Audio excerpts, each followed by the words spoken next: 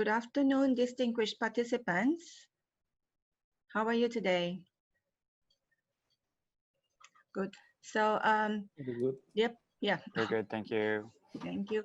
So, thank you for participating to both who are watching online and those who are present in the broadcasting room at AIT Thailand. I'm Tani, Unit Program Officer Management, implementing the EU-funded Switch Asia. I would like to extend warmest welcome to all of you to the Regional Policy Dialogue to promote sustainable lifestyle through tourism sector. This is the first in the series. We have 2 more sectors coming in a couple of months. And we have an honor to deliver this hybrid event with AIT, or Asian Institute of Technology, one of our regional centers of excellence. The ultimate goal of this joint effort is to promote and enhance understandings and application of sustainable consumption and production, or we known as SCP, in policies and implementation. We hope that SCP is promoted to be an effective tool to plan for national resources management, socio-economic development, and especially during this pandemic, we hope SCP can be adopted as a policy guidance for all sectors to build back better. Before I give the floor to Dr. Vilad, I would like to thank all speakers for their time to share experiences, and I hope all participants be encouraged to provide feedbacks, ask questions, give comments, and exchange your views. So I wish you all a fruitful 1.5 hour dialogue. Thank you. Dr. Vilad, the floor is yours. Thank you, Mr. Tuni, for warm welcome to all of us. My name is Vilas from AIT. I'll be acting as a moderator within this afternoon session. So according to the agenda, we're going to have first part as introduction. After that, we have a short video in order to present an overview of our topic. It will be a short video, and I will summarize some of the key parts from the video. After that, we have a total of 3 presentations by our expert and practitioners. So those will continue until about 5:15. Just to also remind all participants, we have a Q&A session before we finish this afternoon. So you may like to start sending any question, comment to the chat. I hope you can access the chat box on the Zoom. And our team would manage in the last part to accommodate any question to respond to all of you. Next, let's move on. I'd like to invite Ms. Helena Ray, Program Officer of UNEP, to provide introduction to this seminar. Ms. Helena, please.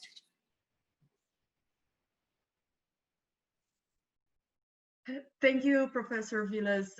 Huge thanks to organizing for this important webinar and inviting me to give opening remarks. Good morning and good afternoon to all. As you well know, COVID-19 has made definitely us to rethink the way how we live and how we travel, questioning the impact of our travel in leisure on our health and consumption choices. The tourism sector is facing many environmental impacts due to the pandemic, which I highlight here in the next slide. The tourism sector it's not only facing environmental impacts, but economic impacts that will be shared with our panelists today. My intention is not going on details on each one of the impacts and related sustainable development goals, as some of those will be addressed by the panelists today. Could you please put the slide on so everybody can see? In general terms, main environmental impacts relate to the increase of waste generation, water use and chemicals, as well as change in travel mobility as a response to the increased health and safety requirements. Travel facilities, tourism business, and tourists will be producing more waste than usual, including masks, gloves, and other protected equipment, as well as food packaging products that may be infected with the virus. When not soundly managed, infected waste could be subject to uncontrolled dumping and pollution, leading to public health risks and secondary transmission of diseases of humans. Travel mobility behaviors have also changed, with people looking for more local and regional tourism. In China, where tourism is uptaking, a recent research of Skyscanner found out that the intention to fly in 2020 dropped 70% in Asia. This will definitely have a decrease in terms of emissions. However, it's expected that the rebound and the retake of tourism will take it to previous levels as before the crisis. This could be an opportunity to develop a more sustainable tourism products and services for these new concerned tourists. Consumers are now preferring to avoid crowded tourism hotspots. Travel for shopping has dropped to the bottom of popularity list, and tourism in natural areas increased 200% in some countries. These trends also indicate that traditional mass tourism has reached its peaks in growth. In contrast, ecotourism, cultural, and adventure tourism are taking the lead and are predicted to grow faster over the next 2 decades. This is particularly important as tourism has helped conserve natural and protected endangered species. In the absence of tourists, the tourism impacts, the economic impacts for nature and communities can be dramatic. Tourist data shows that people do not change behavior based on what they should do, statistics, nor negative future scenarios. People make decisions based on price, accessibility, and additional criteria like safety, well-being, or trends. Sustainability today is not the defining criteria for tourism choices, and there is a lack of affordable and sustainable tourism products and services.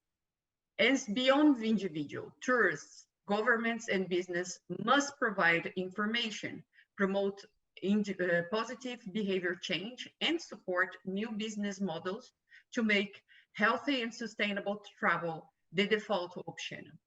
In a changing world during post-COVID, our living and lifestyles decisions will determine our future and the future of tourism.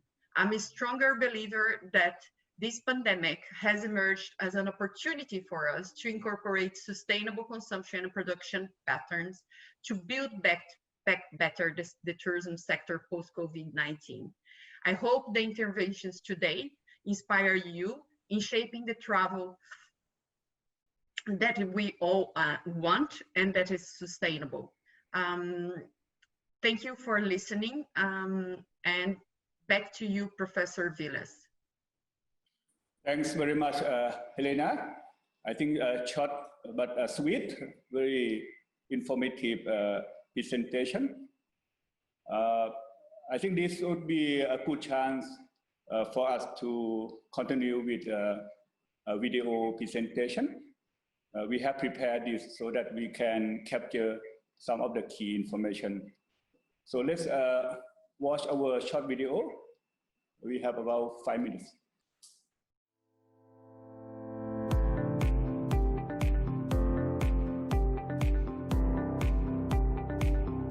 The effects of COVID-19 are felt around the globe, more so for the tourism industry, one of the hardest hit economic sector.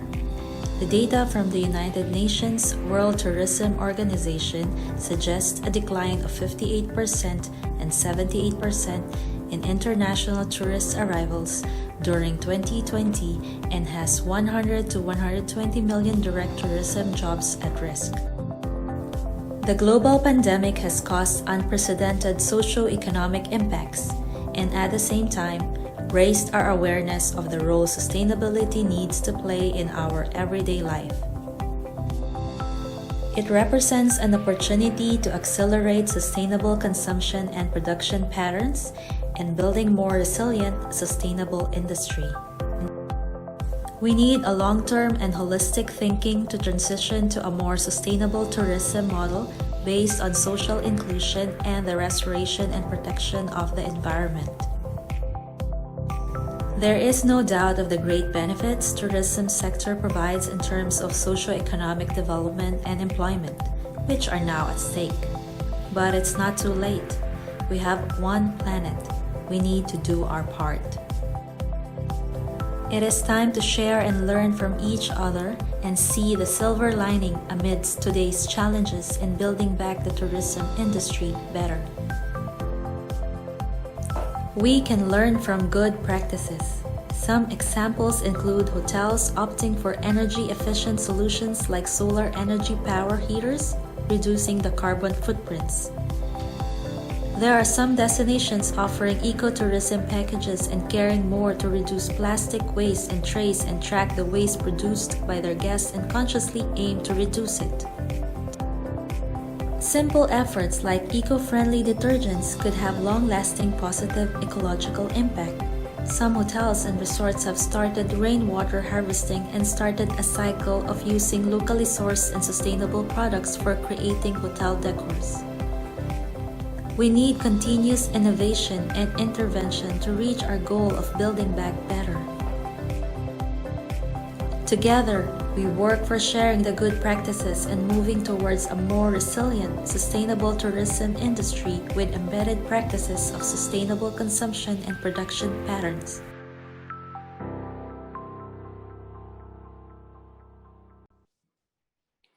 So I hope you enjoy our video.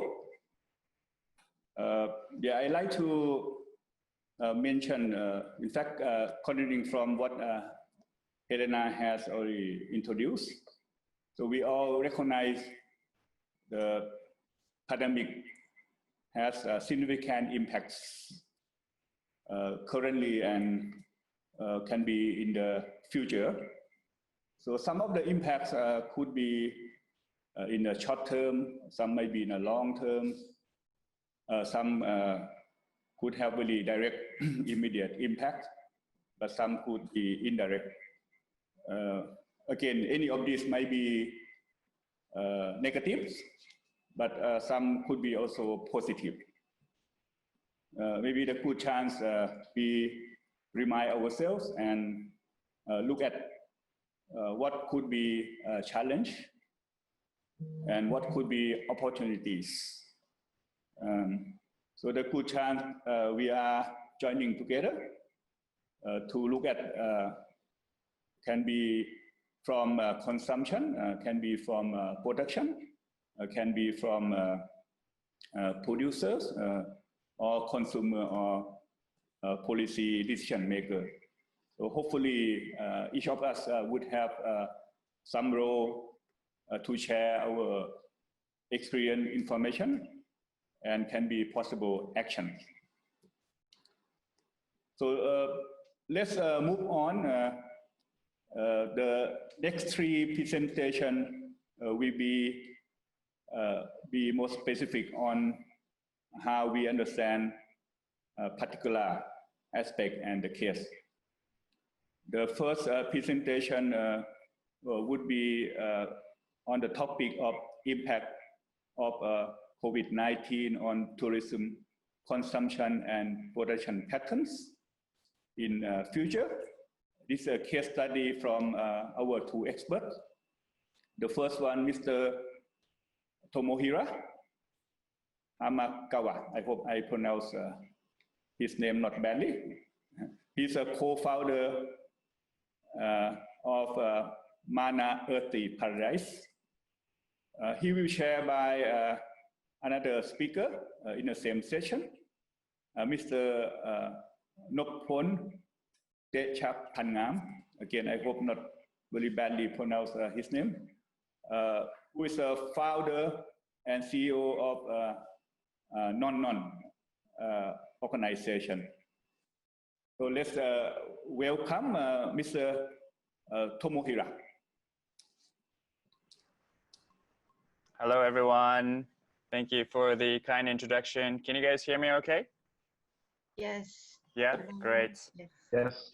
All right. I'm calling in from Bali, actually from the Eco Hotel that I'll be presenting you about. Here's the view that I see in front of me, so you can see where I'm at. Can I share my screen? Yeah. Okay. Let me. Okay. All right. So, yeah, thank you so much for this opportunity. My name is Tomo Hamakawa. I'm originally from Japan, but I've been in Bali for the last 6 years.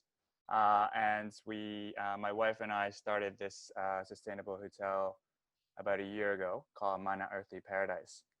It's a hotel, it's a hospitality business. So we've been hit hard by the pandemic, like millions of people in other parts of the world. And we're basically trying to survive and to come out of it stronger and better.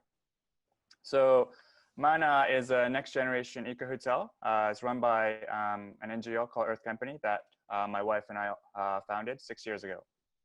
And Mana is based in Ubud, Bali. And many of you may have been here before. So it looks like this. We're in the middle of the rice fields. Beautiful area to just even walk around. Here's an aerial view, and there's a reason why the red roof buildings are not thatched roof, and I'll tell you more about that later. And so why do we exist? Why does Mana exist in the first place? As many of you know, the mass tourism has a significant environmental impact. So this is data from Bali. Tourists use about 2,500 liters of water per day, while the locals use only 180 liters. So tourists are using about 10 times more or even more. Similar data for waste. So tourists generate on average about 3.7 kilos, while the locals generate only 0.7. So it's more than 5-fold. And in the case of Bali, most of this trash actually ends up in the landfill. So it's really not a sustainable consumption that's practiced by the tourism industry.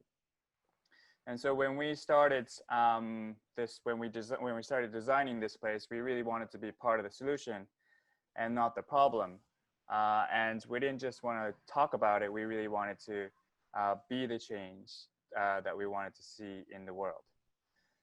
And so what is Mana? So we want to exemplify a truly circular and regenerative economy where the more profits businesses make, the better the world will become. And it's really about the triple bottom line, right? So it's the profits, the people, and also the planet. We're also respect and try to incorporate a lot of the Balinese philosophy on Trihita Karada, which is the harmony with the gods, with nature, and among the people. And so at Mana, we have 3 main facilities. There's the hotel part, the villas, there's the restaurants, and also there's the market, which is actually just below where I'm standing. So the eco villas. So the 6 villas are actually made of this technique called earth bag. And it's a very simple, cheap, fast, durable, ecological way of building. And because it's so innovative and cost effective, it's actually used in refugee camps and promoted by UNHCR. And I've also heard that it's now being used in space missions by NASA. So it's a really kind of pioneering technique that has minimum environmental burden. And the other thing is that it slows heat transfer. So it's quite cool during the day because it actually gets the cool air inside and then actually stays quite warm during the night because of slow heat transfer. This is what it looks like inside. So we 100% of the light is powered by solar. We're using bamboo, another sustainable material. Recycled mattresses, which my friend Naps will talk more about in a little bit, right after me. And then also all the wood that you see is actually sourced sustainably from a government protected forest. So we didn't cut down a single tree that wasn't protected or that wasn't recycled. Another view, so there's earth bag, there's also the door that's recycled wood, and then there's also rainwater. So I mentioned the restaurant and the office buildings are actually using regular panel roof to be able to collect rainwater, and we collect the rainwater underneath this water tank underneath the parking lot, and we filter that water. And so all the water that's supplied to the kitchen, to the villas, to everywhere is actually drinkable already. And so we also serve that water as drinking water. And we're also using upcycled glasses. This is a view of the toilets and the shower. So again, using rainwater and also using this eco shower head to reduce water consumption. Also using 100% natural soap so that we don't pollute the environment. This is the view of the dormitory. So we also wanted to make this kind of sustainable tourist experience into an affordable one. Because as you know, this sector is also becoming high-end, becoming a luxury thing. But we really wanted to make this affordable and accessible even to students and young people. So this place, the dormitory is about $20 a night or even less. And then people can really experience what it's like to be, future oriented and sustainability focused. And so you get your own power charger for your devices that's powered by solar. And again, all the wood is recycled. This is a view of the outside, so solar panels. There's a thing called a wastewater garden. So we try to filter the wastewater from the villas as much as possible locally before releasing that water. And so we actually spend a lot of effort in terms of water, so getting water from the sky. And then once we use it, we try to clean that water through plants, actually. Very low technology, right? Through the use of plants that actually thrive in wastewater. Next, about kitchen. So the food that's served at our kitchen is also quite particular and unique. So we try to do farm to table as much as possible. We have a permaculture garden on the ground, so a lot of the vegetables that are served in the restaurant are from the garden. We also do organic, no MSG, no GMO, no beef. We're also using heirloom seeds. Yeah, and then there's this soup called the veggie broth, which is actually basically food waste. So vegetable skin and vegetable parts that are usually thrown away, but if you actually boil that for a long time, it's the most nutritious part and is also delicious. And so we're trying to minimize waste, food waste as much as possible. Here's what our food looks like. Image of our farm to table. So growing pumpkin on site and then turning that into delicious pumpkin soup, which I actually had just an hour ago. Yeah. Upcycle glasses, as you know. So we're using old wine bottles, beer bottles, different kinds of bottles. So we don't have to basically create something new from scratch. This is what the restaurant looks like. So Thorolite, rain catchment again, wastewater garden on the sides. And then the Mana Market is a shop that sells organic, ecological, ethical, social, and local products. And so some of the products that are sold here are reusable pads, also zero waste concepts, so selling soap and other things in bulk, salt made by NGO. Basically, if you buy something here, you know it's good for the environment, you're contributing to social impact, and it's also good for yourself because it's natural and organic and all those things. So yeah, so very, we are NGO, and so we really have a particular way of doing things and making sure that all the products are procured and supplied from ethical sources. Some of the other facilities, Yogashala, permaculture garden, kids playground that's coming soon. We also have a lot of events, farmers markets, movie nights, fundraiser events. A lot of these things are hard to do in this pandemic, as you guys can imagine. But in the last few months, we've also tried to do things to really support each other, support communities around us. Even though we ourselves are struggling financially, we want to become a platform so that other people, businesses, communities can actually support each other. So we held a local food market to support local food producers and vendors that are hit hard by the pandemic. We also hosted a local fundraiser to buy products made by rural villages in Bali. So this is like traditional fabric, traditional like honey, it might be coffee. And so, yeah.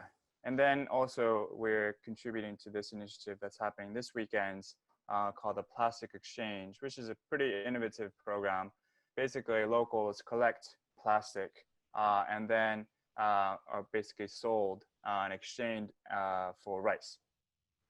And there is some, financial subsidy to the system, but it's really, helping communities clean up their communities, especially picking up plastic, but then having some economic return from that process. So that's about it from my side. I hope that wasn't too long. Happy to answer any questions. If you guys want to follow us on Facebook, Instagram, or whatever, or want to message me with questions or whatever, yeah, please click any of these links. And yeah, looking forward to keeping in touch with everyone. Thanks very much. Thanks so much, Tomo. Very interesting manner. Thank you. Mr. Nopon, would you like to continue? Hello. Hi. Can you hear me? Yep. Hi, good afternoon, everyone. I'm calling from Bangkok. So my name is Nopon Deshapangam, or Nabs. I'm the founder and CEO of Non. So it's the mattress that Tomo mentioned earlier. Hold on, please. Oh, sorry. So our mission is, so we want to help businesses eliminate their upfront investment, especially those on products, and also help them eliminate the concept of waste through a platform that combines product subscription model or rental with end-of-life recycling. So the first product category that we focus on is mattress for hospitality businesses such as hotels, resorts, dormitories, etc. So these are the pain points faced by hospitality businesses currently. So a lot of them can't afford to purchase high quality mattresses. So by high quality, I mean mattresses that last longer than 2 to 3 years. So the low quality mattresses last only up to 3 years and they would have to be thrown away. Whereas high quality mattresses are not only more comfortable, but then only last up to 10 years. And the second pain point is hotels, resorts, dormitories, they all have difficulty disposing of their used mattresses in ethical, eco-friendly manner. And the third problem is mattress recycling is not currently financially viable. So that's why around the world, hundreds of millions of mattresses are placed in landfills or openly burned or incinerated or fly tipped every year. So it's actually quite a crisis that we are facing. So our solution is we provide mattress as a service. So it's a form of rental. So our customers subscribe, use, return, and return the mattresses. And in this way, we can recycle the mattresses at the end of their lives. So our model is actually pretty simple. We acquire the mattresses at cost from the manufacturers, and then we rent them up to our customers. Our customers then pay us monthly for the mattresses. So we start from 65 baht per month per mattress in Thailand, and abroad, our rental fee starts from $1.9 per mattress per month. And at the end of the subscription, which lasts between 5 to 10 years, that is 60 to 120 months, we collect back the mattresses for free, and we take them all apart and we recycle everything. And to fund the acquisition of mattresses, we use debt financing, which is backed by our receivables. So this is why we make business sense. So our customers, so on the business side, our customers gain access to high quality mattresses that are not only more comfortable, but then last up to 5 times longer. And secondly, there's a financial saving of 33% over the entire subscription cycle compared to an outright purchase. So this follows from point 1.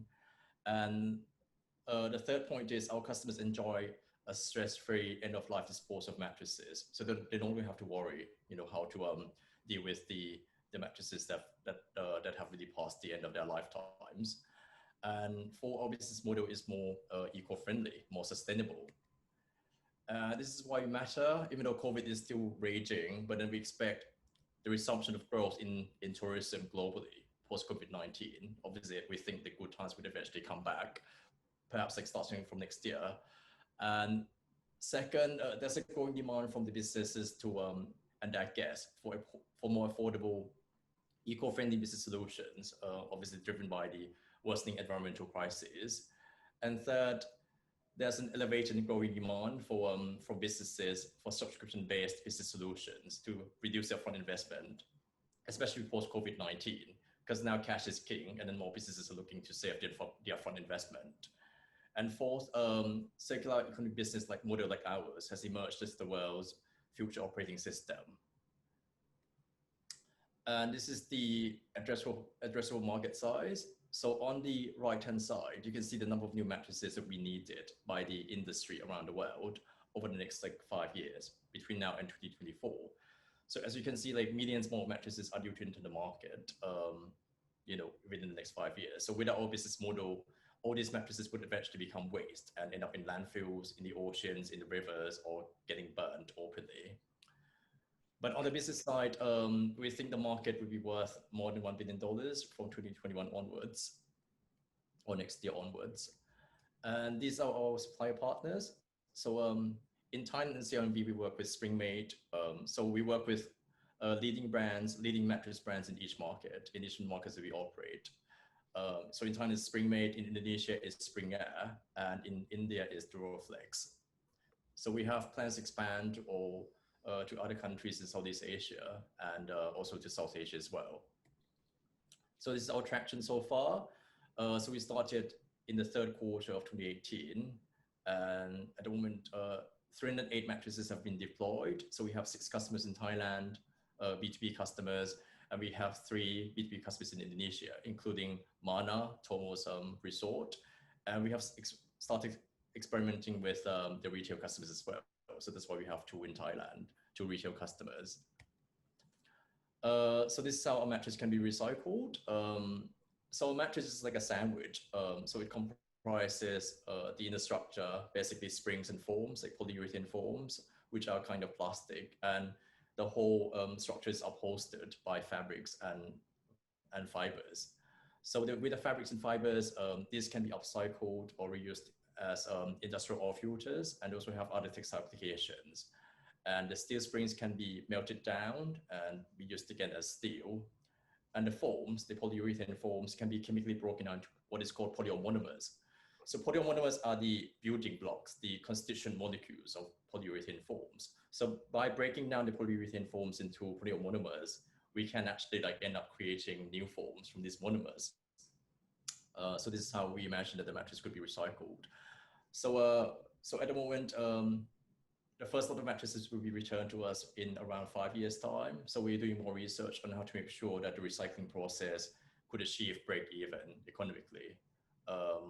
So more research is needed, because at the moment, mattress recycling, as I mentioned earlier, is not a financially viable business.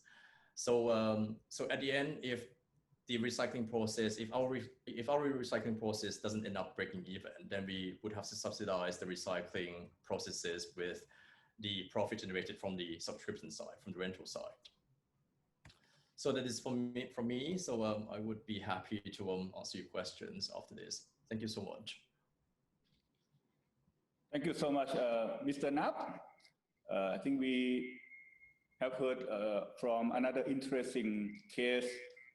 Both of them have something common in terms of production, obviously related to the consumption.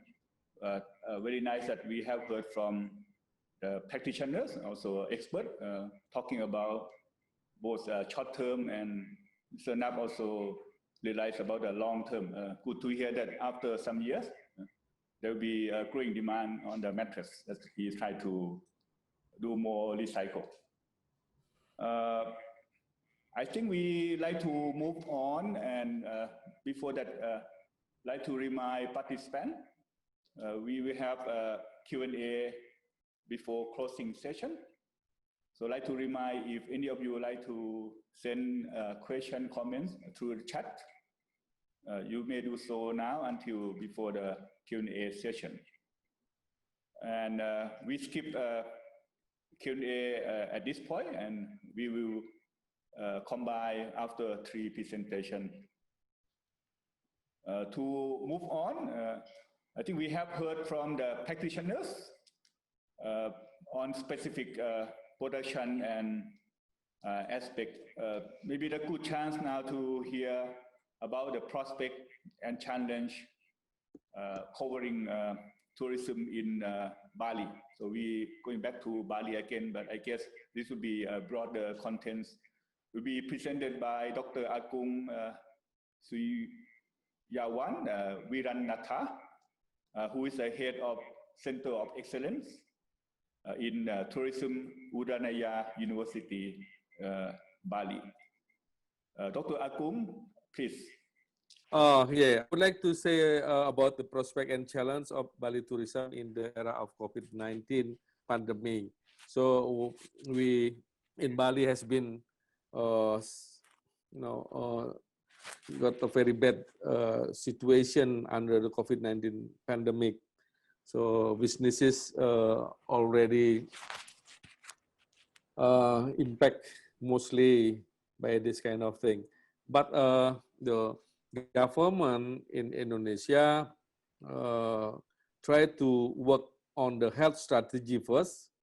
They have do many things about this. And then after a few months of that, they realized that economic cannot be, what we call, cannot be stay calm, but they have to move on and so on. And then the government of Bali try to look at what is the impact of coronavirus in Bali. So we say the foreign tourists almost down 100%, minus 99.9, because it's still some foreigners stay in Bali. Very few of them, they prefer to stay in Bali, and the government of Indonesia facilitating them to stay here.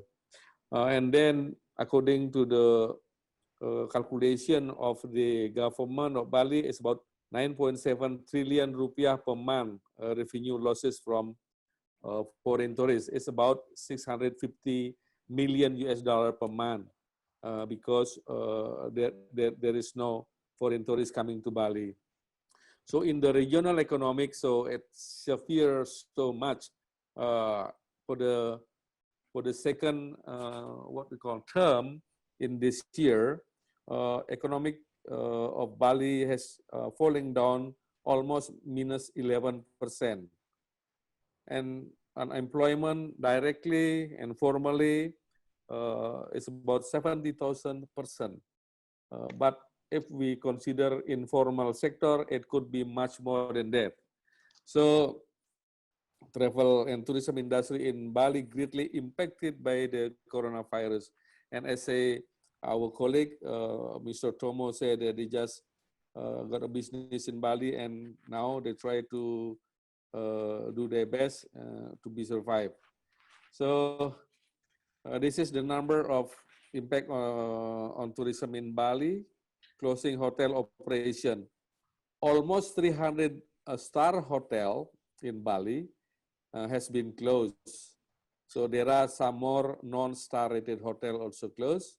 So you can see the 5-star hotel is about 41 hotel, 4-star hotel 71 hotel, 3-star hotel 118, and so on. mostly are in area of Badung and then Pasar. So this is the impact of tourism in Bali for the hoteliers.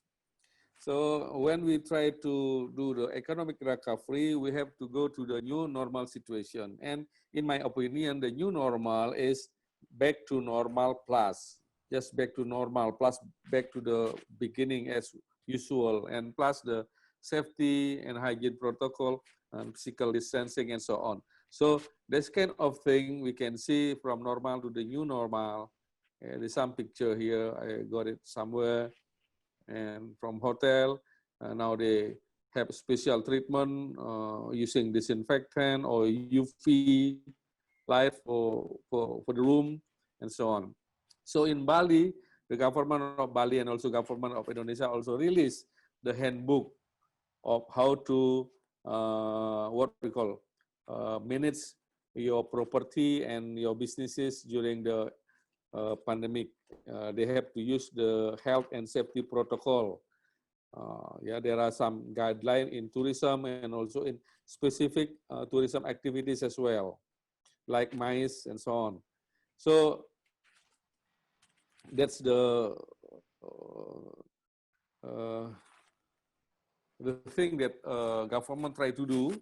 But during this coronavirus pandemic, we still have many challenges, especially on the health. So if we try to cope with this new era, and we have to do something to protect our health. So we need extra equipment. Yeah. It's been extra investment.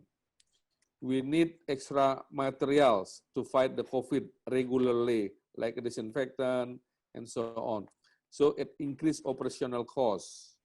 Also, when you open your business in tourism, you have to reduce your capacity of business because we have to do physical distancing and then also social distancing.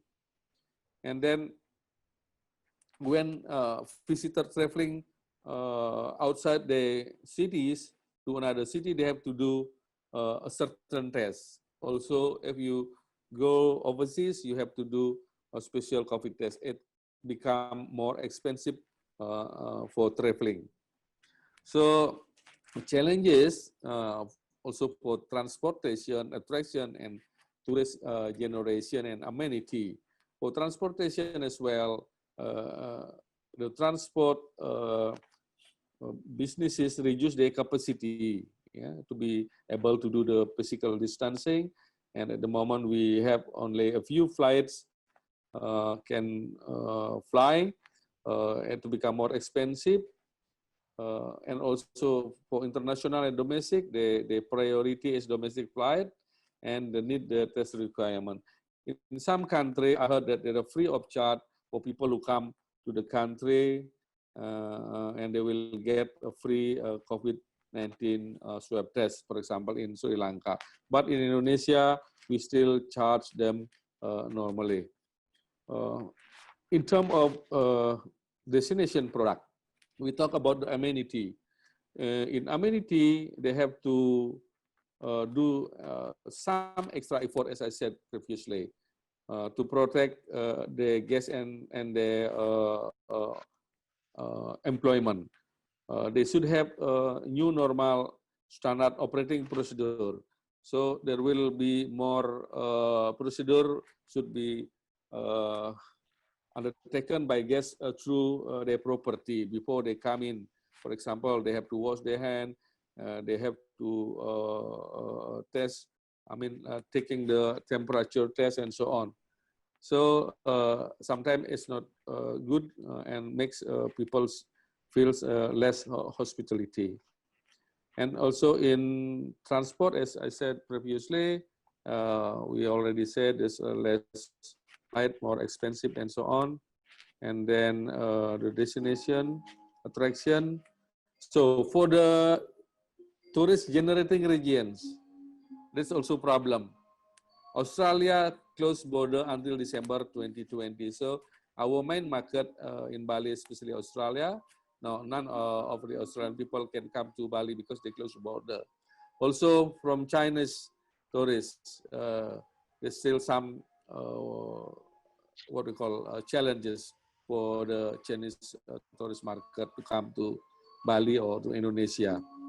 But we have a prospect. In Bali, we have a geography, temperature higher and humidity, so that less suitable for COVID. Some people say that, but it's not proved yet. Also in Bali, we have mostly nature-based attraction as well as culture, but nature-based attraction will be less likely COVID-19 because in open area. And also we have some island, small island that can be spread by sea and protected by COVID from other islands. So demography, for the moment, we focus on domestic market. So number of people in Indonesia to become one of great market. In Indonesia also we have ethnic group, so a different group have different culture. We have a rich culture, so they can visit some area, some cities with different culture. So it easy access as well through road in an island, because there are some places with what we call with ferry. You can access, like in Bali from Java, you can access Bali by road through ferry. So what we have to do in the COVID-19 new normal, we have to change our tourism paradigm. So in Bali, they have already discussion by the government of Bali. They try to move from quantity of mass tourism to quality of tourism. Because of this COVID, they would like to speed up moving from mass to quality tourism. And also in Bali, we have a chance to promote nature-based attraction, because we have a lot of beach for marine tourism and also for other water sport, ecotourism, agri-tourism, rural tourism. And also we have adventure tourism, like rafting, hiking, parasailing, paragliding, and also mountain hiking.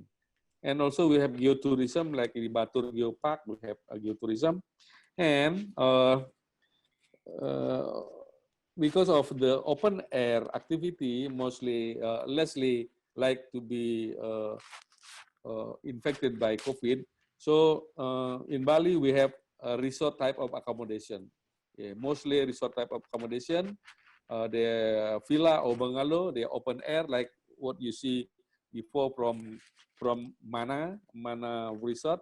They mostly open air, open restaurant, and so on. So it's less likely to be infected by COVID-19. So the activity there, it could be much safer. So what is the we have to do in Bali? We have focus on domestic market, short haul flight. Because of short haul flight, it could be consume less fuel.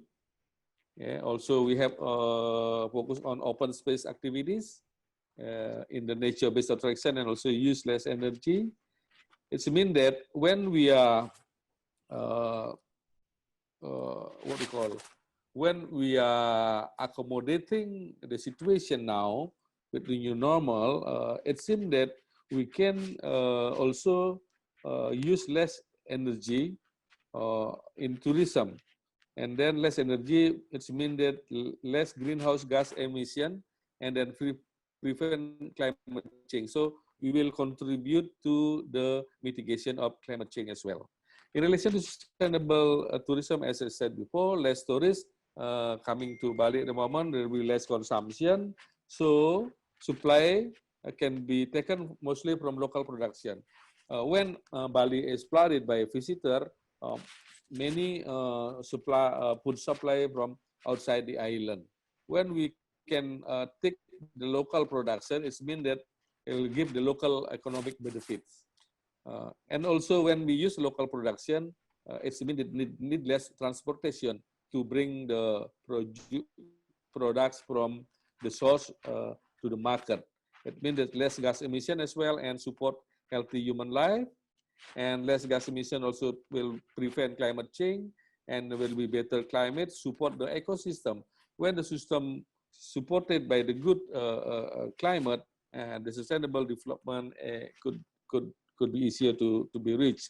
And as we see, I have an idea that the positive side of pandemic COVID-19 is the mother nature can breathe easily, less pollution, less impacts on climate change. On the COVID-19 can stop people going out. So you got a problem with tourism, but in the same time, this pandemic bring a good thing for the mother nature. So I think it's to become a return point for us. We have to think a bit what we call. We have to think back that what we have done before maybe is harm for the mother nature. So now we have to look after mother nature very well. So we have to move from mass tourism to the quality tourism. That's all my presentation. Thank you very much. If there's any question, so we'll be happy to discuss later. Thank you. Many thanks, Dr. Akung. I look forward to I have to stop. Return back to Bali, hopefully. Yeah, welcome to Bali again, Vila. So we will have something new to see. Okay, yeah. Sorry, can you stop my share because my stop my sharing. Okay, have been done. The stop. Okay, thank you. Okay, it's good. Thanks, Dr. Akung again. Quite interesting what's happening in Bali. And you have mentioned both very emerging challenge we have seen, and anyway, still some opportunities you have identified. Again, to remind, we will move the question and answer to a bit later. So maybe the good chance to cover the last presentation on the topic of community-based tourism and small medium enterprise for adapting to the new normal. This will be done by myself. Also quite a good chance continuing from earlier speakers talking about production and a number of points that Dr. Akung has mentioned in terms of some opportunities.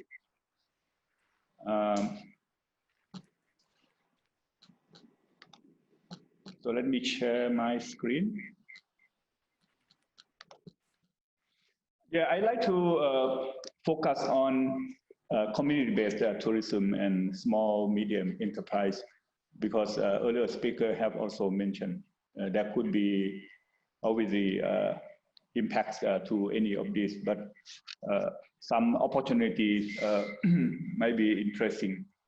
So I also like to go to some specific case based on our student research and research that we have been working with some of our partners. Maybe a good chance to summarize based on this current slide.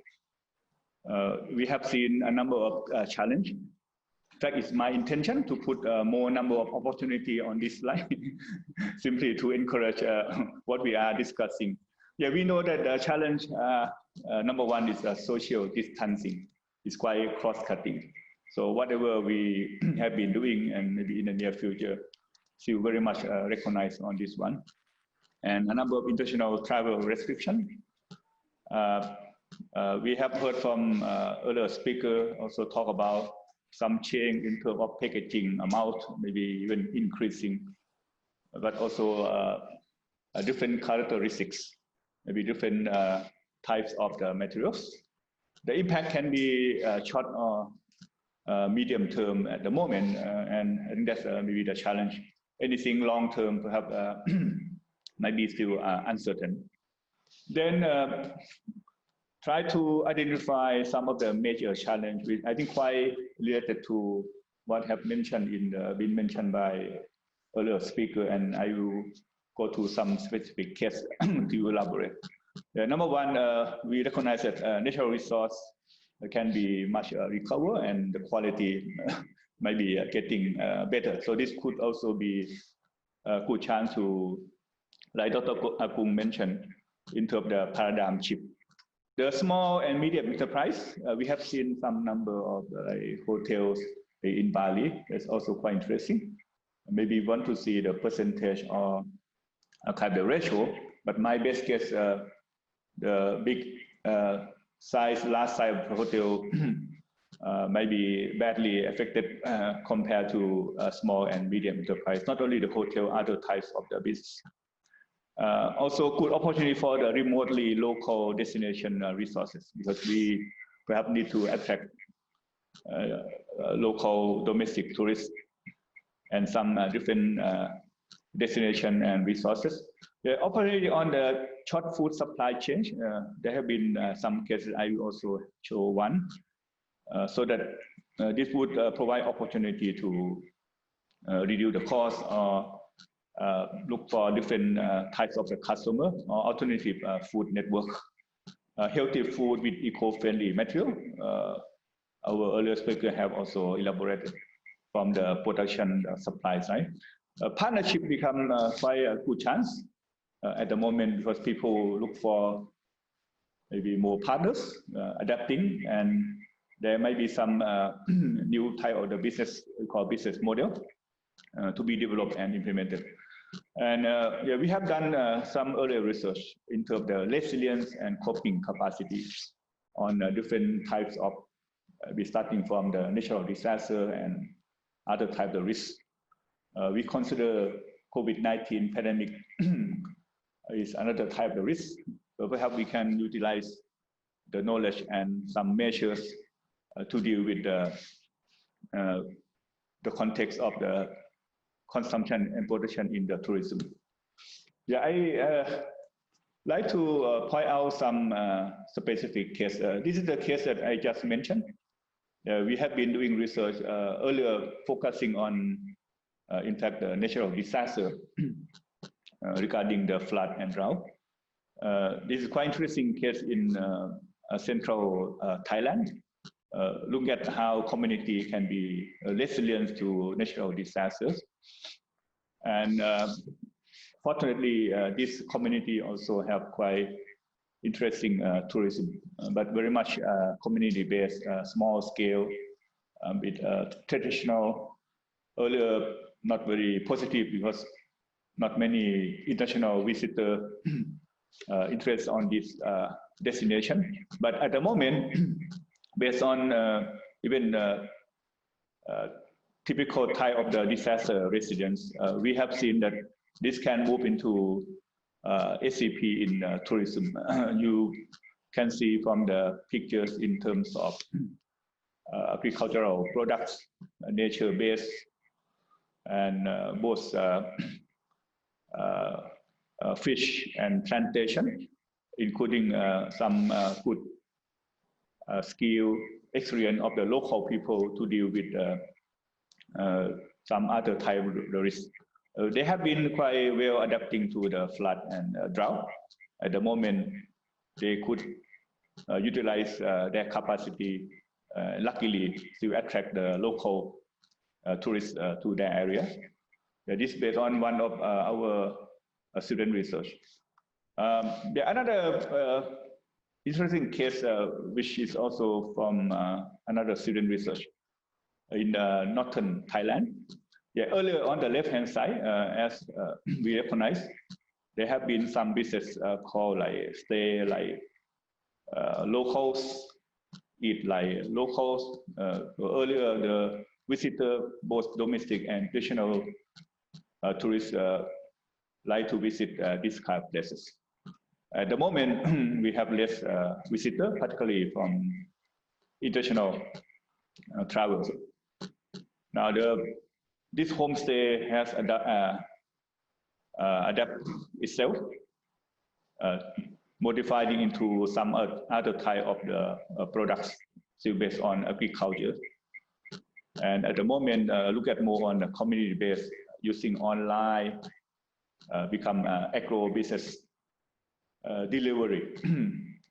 Now they reduce the realize from the visitor, but they could connect sending their products through online system, short and long distance. So it's quite interesting. I hope there would be other cases similar to this one. This provides some kind of practical opportunity. Another case is based on our another student research now conducting in Bagan in Myanmar. Yeah, I was told that number of tourists very much reduced, particularly international arrivals. There are some domestic visitors still remain, but very much also reduced. So this show the case that the local people, they still utilize what is called jackery. It's a kind of the palm tree products to produce a kind of sugar. So earlier, they similarly need to rely on the visitor to come and buy and take the product by themselves. Now, because of still very good local demand, right, or even international demand, they could adapt same products to sell online through social media. Another opportunity, in fact, also the challenge because they need to put into packaging. Earlier might be something like traditional plastic or not eco-friendly products, but very nicely done that they have the idea to look for more eco packaging. So this coming from their own community-based tourism and also represent small enterprise. So I like to present a bit more detail on two cases to elaborate on the CBT community-based tourism and small and medium enterprise. Yeah, these two cases are based on our good experience in the earlier research recently completed. We have worked with organization called DASTA. This is an area for sustainable tourism administration to gain this experience, and I'd like to briefly share with you. Yeah, the first case is really about community-based tourism development in selected destination, and the second case dealing with SME, but focusing on the capacity building, developing training curriculum in the tourism accommodation sectors.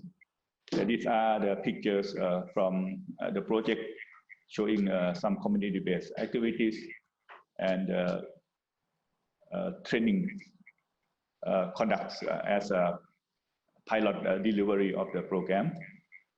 Yeah, this slide show some detail which I will not go to, but we could utilize any of the community-based tourism.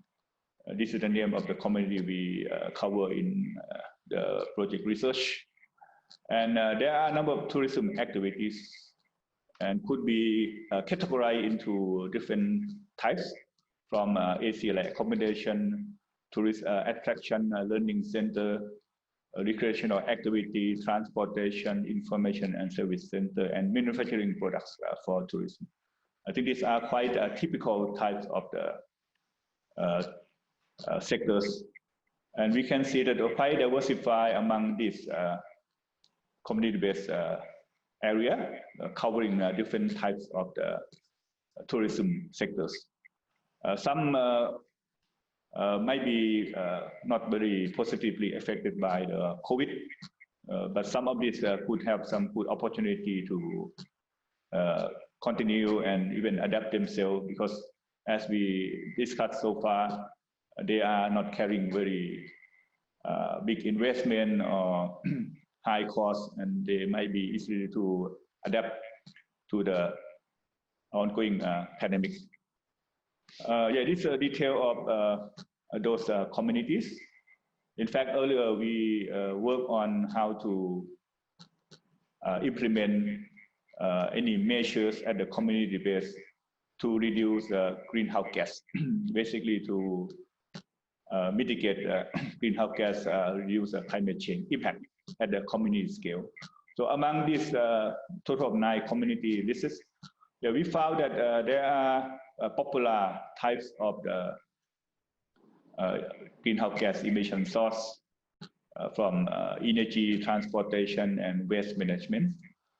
And we have seen that they prefer, this is based on community-based involvement and selection.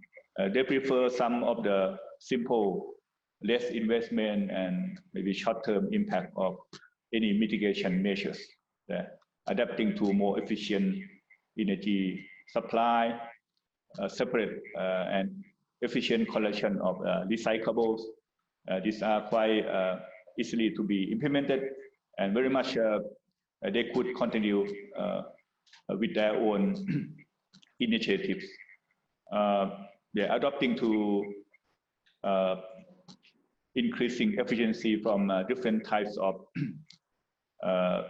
equipment. This also cover, as I mentioned, different types of tourism sectors, from like food or the restaurants to the transportation, to even the temple or other types of the attraction. So this very much a good learning that the community-based approach could be utilized. These are some of the selected pictures from the measures. As I mentioned, they try to use local technology to deal with the energy production or improving efficiencies of the energy use, dealing with the local resources, and very simple separation of the recyclable on their own.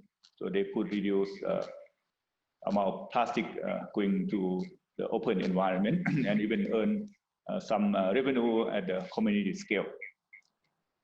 The second case that I like to share, focusing on the SME. Yeah, as we know that SME play quite a major role, and there are quite a number of enterprise activities within the tourist sector. Some of them can be private company, some deal it on the individual basis, some can be at the community group or even non-profit organization. But many of them might face some challenge because they might have some limitation, not very much well prepared. So that with the ongoing or dynamic information, they could adapt their business. So in that case, the capacity in specific gaps that this SME might require in order to maintain their basic operation of the business. So this leads into what could be the capacity building that we may have to think about. This might lead into the decision or the policy maker information. This is one of the slides I show based on the result that we conduct the needs assessment and apply the framework of the business model in order to capture different elements of the SME at certain selected destination. And we structure the needs according to the business model component so that we identify which components and topics of the training are higher needs for this group of the hotels, small and medium enterprise. And we found some of these they highlight as different colors so that we develop the curriculum based on their priority needs and follow the idea of the business model. Yeah.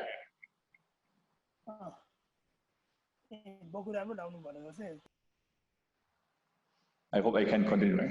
Yeah, sorry, I thought a question coming in between. Yeah, we have tested this curriculum. There's also the good chance, not only from on the paper, implemented a pilot training program for almost a whole week. So it's a good experience that our team gained, getting the feedback and revise the curriculum to move on. Yeah, these are some of the key findings from pilot training that we have conducted. Yeah, we found that this type of the SME face a various challenge and issue towards sustainability. Yeah, the sustainability earlier might be very basic, energy consumption, resource use, even some kind of manpower and so on. But at the moment, this could add into more challenge regarding the sustainability under the pandemic. So the revision of the needs might be required within the same framework.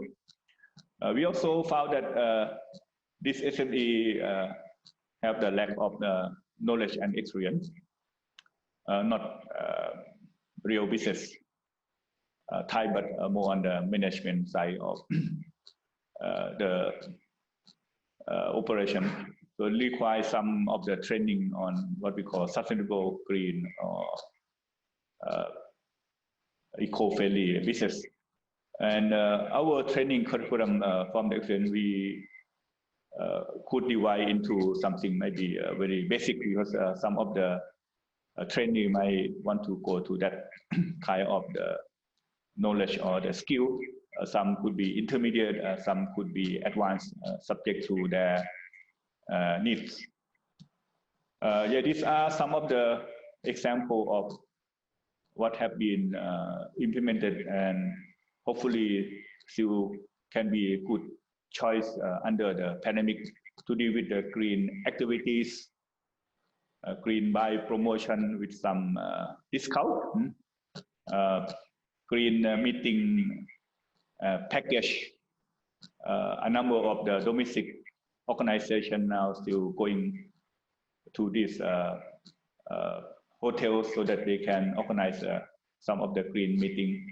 And they also received comments back and forth from the customer. So hopefully these are still a good initiative to be continued with some adjustment. Yeah, this last slide showing it's a bit quiet place at this destination. Hopefully not because of the COVID, maybe it's still early morning. But yeah, this really show a kind of community-based, small and medium enterprise types of the tourism. I hope still good chance for visitors, particularly domestic, to go to any of these places, and maybe any of us can still go to somewhere nearby, because they could still have a good chance to accommodate based on what we are discussing. That's all of my presentation. What should we do next? Yeah, I hope we are quite on time, fortunately. Perhaps the good chance at this point, we very much like to give opportunity to participants. I think we have seen some comment message coming through the chat. Our team also have seen it, and let's see how we move on. Okay, we manage about the slides, about presentation. I hope that will be okay. Yeah, there's one question from Dr. Okay. Yeah, it's maybe you can start from this one. There is an interesting question that asking myself, and let's see if I could respond, or any other speaker might also want to share. Yeah. It said that some tourism agencies which are not located in urban area have successfully transformed their business. And it seems that tourism agency in urban area become more vulnerable in this pandemic situation. Yeah, could you share your opinion on measures to enhance the survival capacity of this agency? Yeah, this is a very interesting question, and in fact, quite challenging. I guess we still need to look for more and more innovative measures, but we're very similar to what we found in earlier project when we try to do better collection and separation of the recyclables. I think recyclable is one of the hot topic representing like circular economy, which also mentioned by earlier speaker. Comparing rural and urban area, in general case, rural area have better opportunities to separate the recyclable so that they can earn money and then they enjoy their activities. In the urban area, it's complicated, including the COVID pandemic, because we have seen that because of density, because of complexity in the urban area. So I think some statistics even saying that 80% or even more cases of affected people are in the urban area. So that's on the COVID side. But on this part, I'd like to get directly to the question.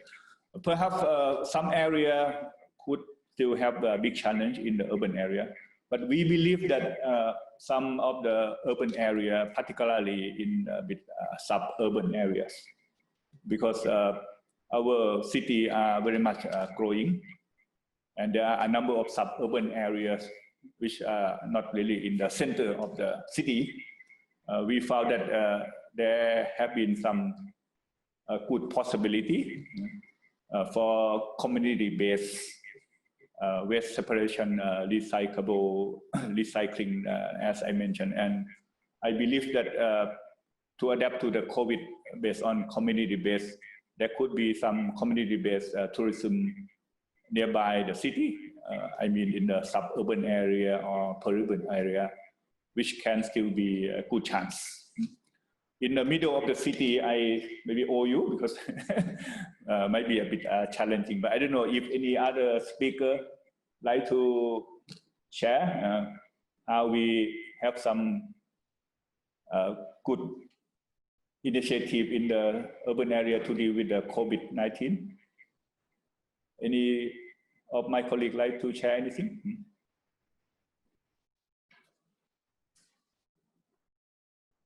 I hope you have seen the question, my colleagues.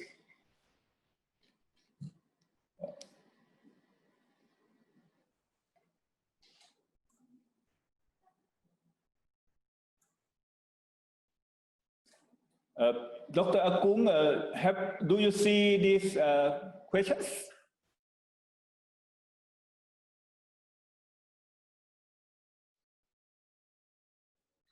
Yes, I see.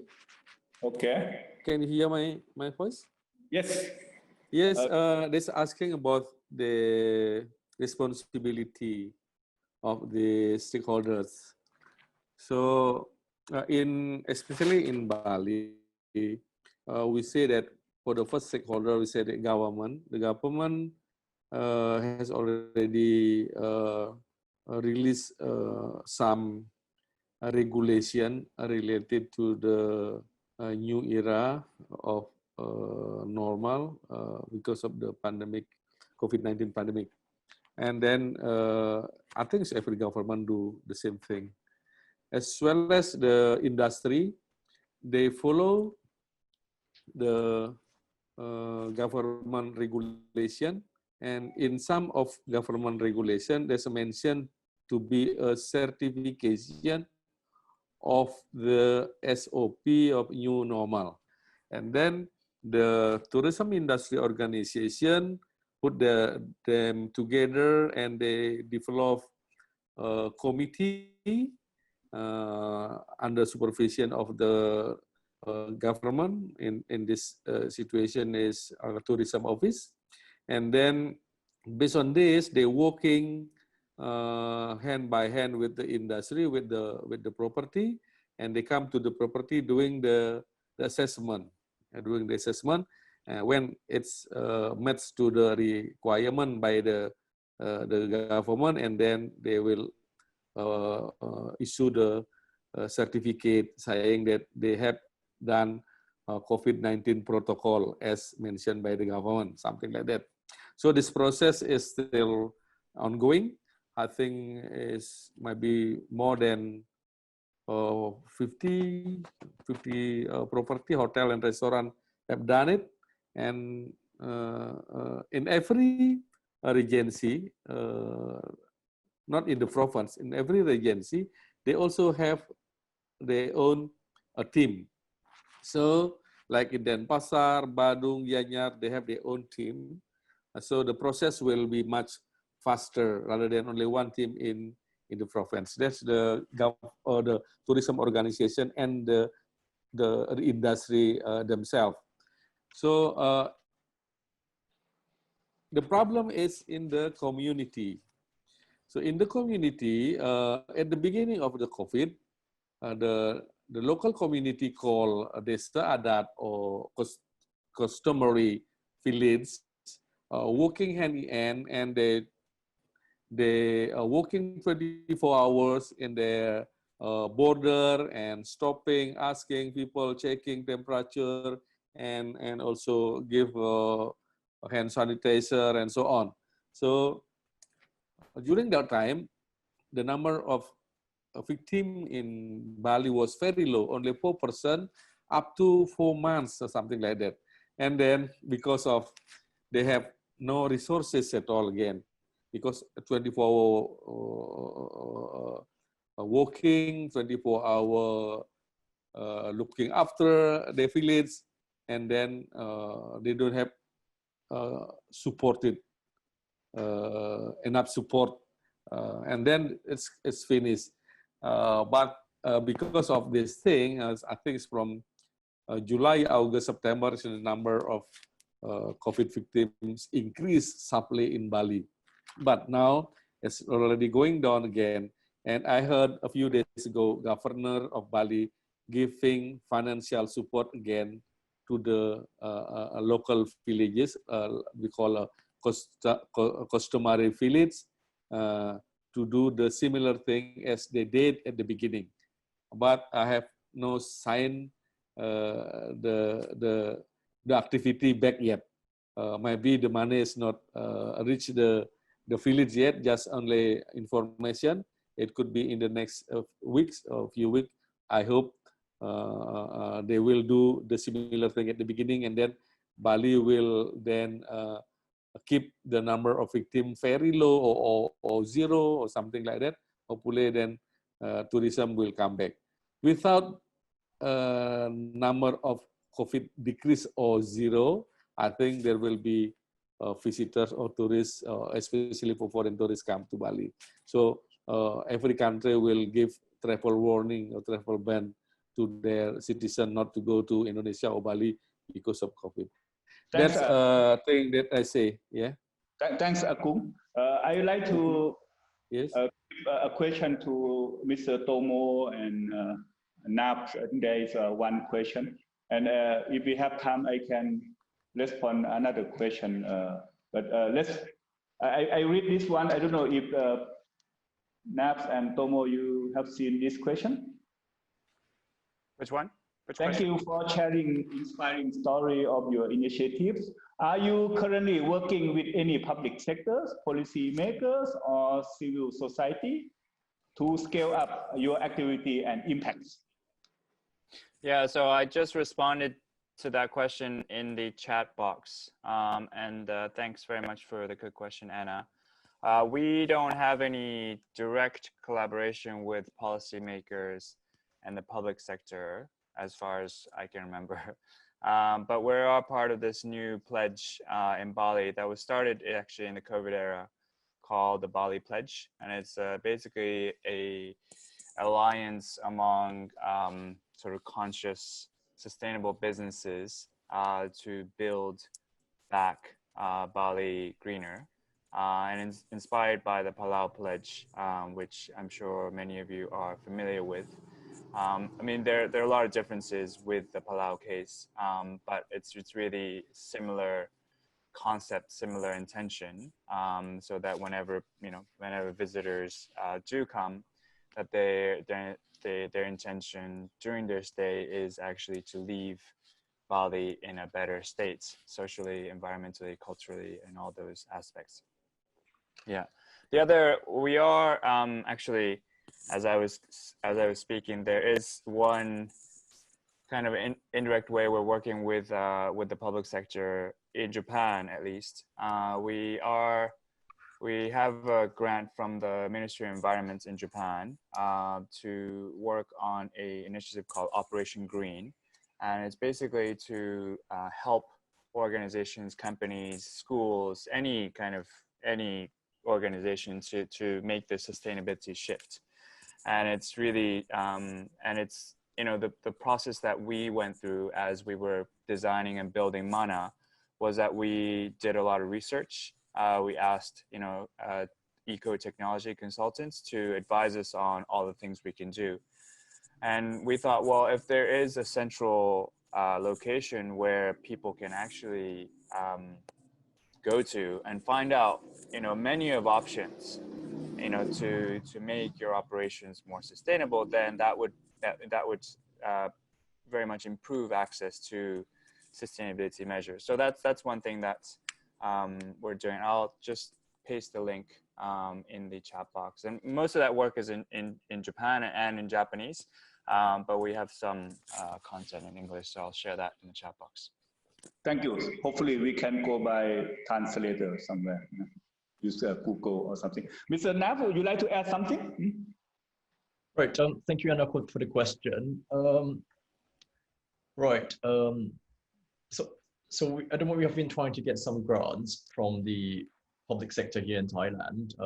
So the grants we used to fund all the research on the foam recycling. That's what we're looking for. We have also we also want to apply for some grants from the UK as well for the same purpose.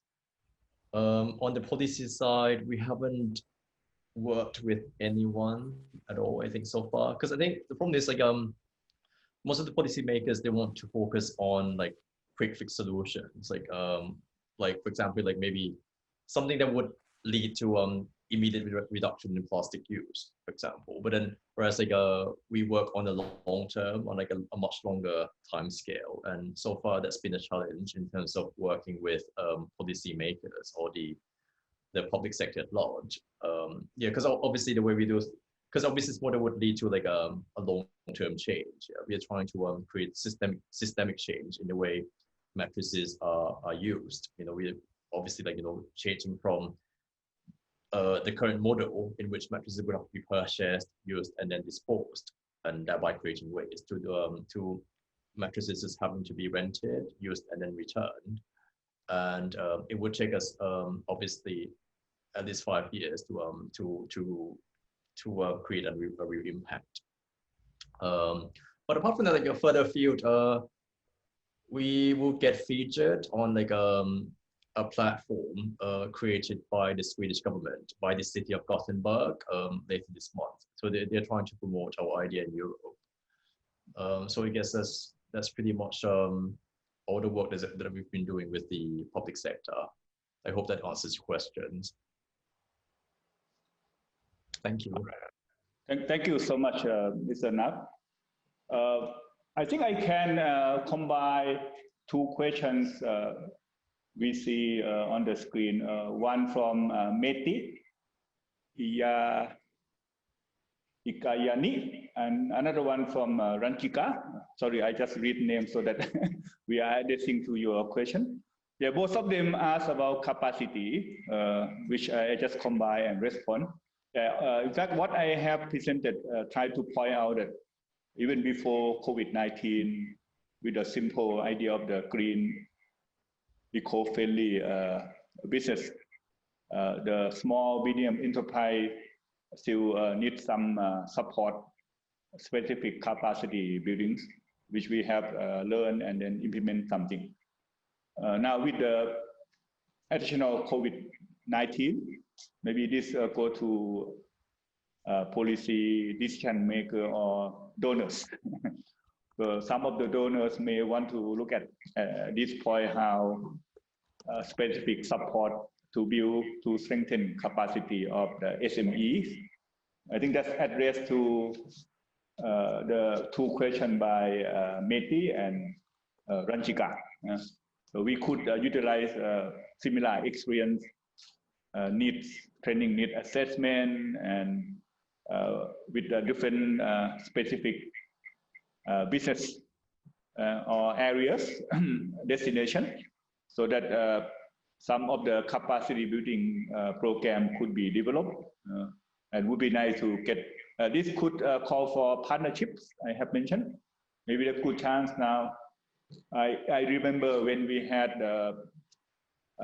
big tsunami in 2004, right, in Banda Aceh. Some of the area have a lot of donors support, but not enough area to provide for the donors. That means a bigger budget or support than the need, but it's subject to some management. So under this pandemic, perhaps a number of donors have a lot of money to be provided. Maybe the good chance to prioritize, and this might be some of the idea. I hope I have addressed at least partly this question. Any other points that we want to cover? Our team can.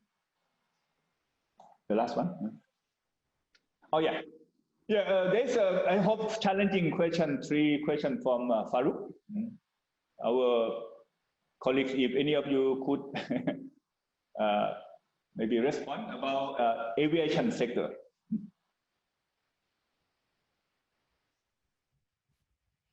Let me read, maybe the last one would be a simple one. If pandemic situation continue for next few years, what would be norms for tourism and aviation sector? Is there any research or study on going on? May I respond, Professor Vilas? Yeah, there are some research taken on. OECD, I can put in the chat later on. OECD has made some scenarios in terms of travel. This is being updated now. I can add some more information.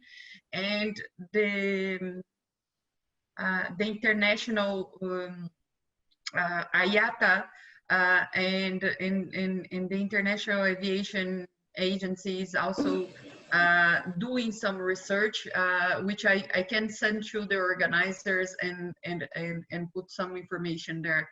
However, the scenarios that are being proposed for the rebound of the tourism sector is not positive.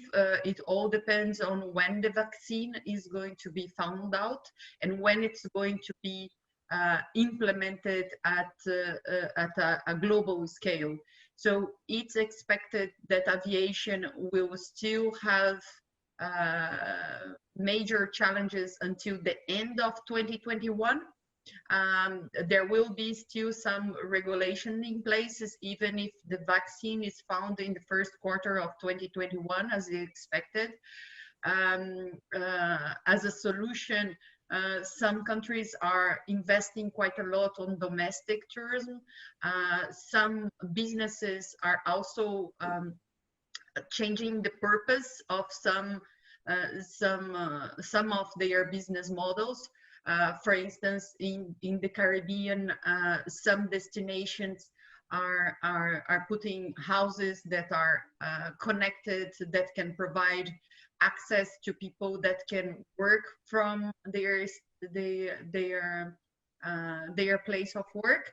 And then I think it's an opportunity also to enhance domestic tourism.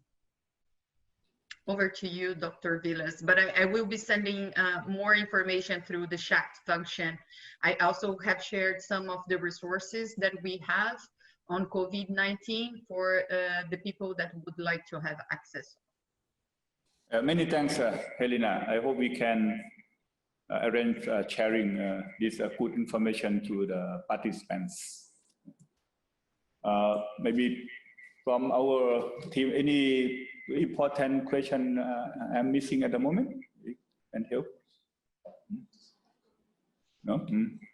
If I'm not missing, sorry, perhaps we cannot cover all the questions, comment from the participant, but I apologize if I have missed some of the very important questions, but we try to address as many as possible or combine. In any case, hopefully we still can keep in touch through some communication. So at the moment, perhaps I need to end this Q&A session. Thanks to all questions and also respond by our colleagues. Perhaps I turn this to Mr. Tuni for the closing session, please. Yes, thank you, Professor Vilas, and also my sincere thanks to all the speakers. I think we come to the end of the dialogue, which we learned a lot about what the increasing impacts on the environment from the COVID-19 and how it's impacting the tourism sector. We have a very good 3 case studies highlighting the feasibility, how to apply SCP, circular economy in tourism business and policies. And it's very interesting that the first 2 case studies did not really mention how the government enabling policies are supporting the change. I personally would have a lot of questions to the first 2 speakers on their inspiration and on the challenges and what the benefit that they see to encourage them to come up with this circular economy approach and also sustainability for the local business. And also the third speaker, we walk us through the policy from the government side, who actually emphasize on how to build back better after this COVID. And we also hear from Dr. Vilas on how community-based tourism and SME somehow what are their situation now. And the highlight come out from that is really lack of knowledge on how to be sustainable. And the training, capacity building somehow would be a very good tools to strengthen this sector to be more sustainable and enhance a sustainable lifestyle. So with this, I would, before I close, I put in the chat box the access to the EU grants, which actually would be interesting to most of the participants here that I can see mostly are non-government, because EU grant targets non-government. And please explore, and this is what we can offer for now. And I think most of the donors are looking for a good case study for funding to build back better. And this is one of the opportunity that I can see many participants are very actively participating, and thanks to AIT for a good platform. And I also thank my colleague Helena in Paris, and again, thank all the speakers and participants and the team behind all this organization. With this, I would like to end this dialogue and wish you all a very good day. Thank you.